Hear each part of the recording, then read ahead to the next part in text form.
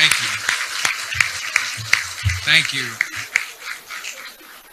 I've only been on the job for a year and a half, Sergio, so I still have plenty of time to mess it up. So let's not do those proclaimants yet, but that's a very, very nice introduction, and I want to thank all of you for being here today and what all of you do. First, I do want to recognize the work that Ambassador Gore is doing, who's a friend of mine before he came here. And we knew when he would come here, he would be a dynamo and he would have energy to the mission, and I hope you've perceived that. His excitement for the job is palpable, and you see it in the results.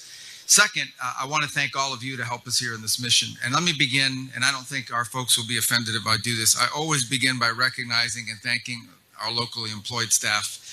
If you're here, I just want you to know you are an important part of our family. We could not do our job without you. They really are. I mean, they are the institutional memory. You know, our folks, as you know, rotate every 2 or 3 years. We come and go. We go back to D.C. They go to other places. They move on to other assignments.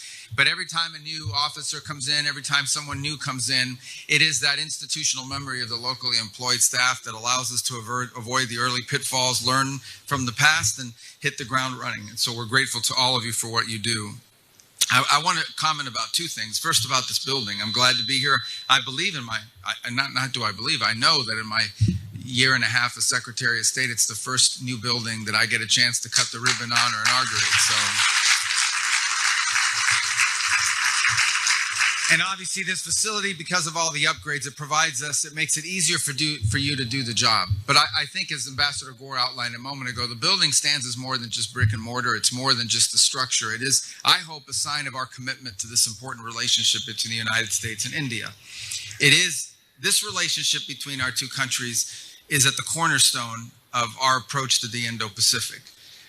A lot of people aren't aware of this, but I was sworn in as Secretary of State on Tuesday or Wednesday. It was a Tuesday after the inauguration.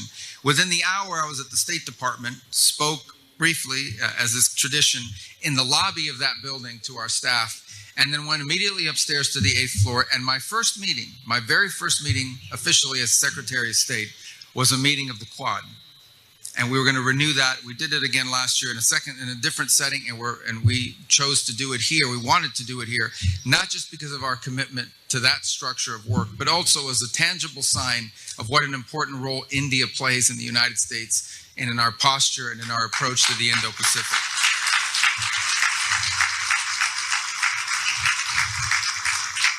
Anchoring that is the relationship between the President and the Prime Minister. It's a personal relationship that dates back to the first administration when the President had a chance to visit here, and it is carried over into this second administration, and you can just see the connection between them, and I think that's incredibly important. It is. The connection between leaders is incredibly important. These are 2 very serious leaders that are focused not just on the short term, but on the long term, and so I think that that is important to note, because it's a key part of the foundation of the relationship between our countries.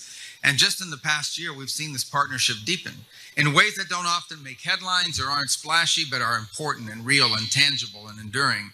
We've expanded commercial ties now with more than $20 billion in investments. $20 billion in investments from Indian companies in the United States. We've deepened a security partnership through military exercises in the Indo-Pacific.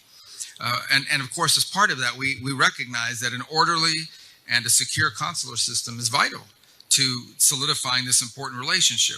That's why we're introducing a new America First visa scheduling tool that prioritizes business professionals that strengthen these ties. And the facility, as I said, is not just for those that are applying for visas. It's also for you, the Americans who work here. The men and women of this mission who are at the front lines every single day of advancing America's national interest and in that America's national security. So it's an honor really to be here today. I wanted to keep this brief because it's hot. It's hot. Although it's not humid, like I'm from Miami, there's a humid hot and then there's this hot, but it's like, what time is it? It should be getting cooling off by now. And so I don't want to keep you here much longer than you need to be, but I want to say one thing. This facility saved Americans money because it's going to make us more efficient. It's going to allow us to do the work we have to do anyways, but allow us to do it more accurately, faster, and in a more efficient way. And so this is very important. And again, I want them to close by thanking the team here at the U.S. Embassy for your hard work, for your professionalism, for your patriotism. The work you do benefits your country and it benefits Americans that are here and ultimately Americans back home and across the globe. And it is at the cornerstone of this important partnership between us and India, which, as I said, is an incredibly important one. And it's the reason why I'm here in this visit, to reaffirm those ties, to build upon them. And we think in the months ahead, we're going to have even more exciting and new announcements to make about the development and the strengthening of the relationship between the two countries. And all of you will be at the forefront of that. So thank you very much. Thank you.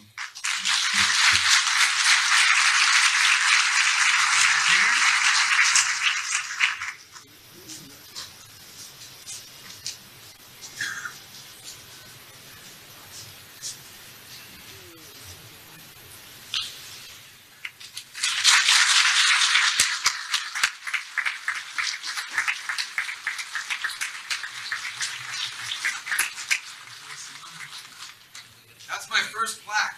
I was just saying, so like 100 years from now, when my great-grandkids come visit India, they're going to see that plaque. It's going to be great. I love it. Thank you.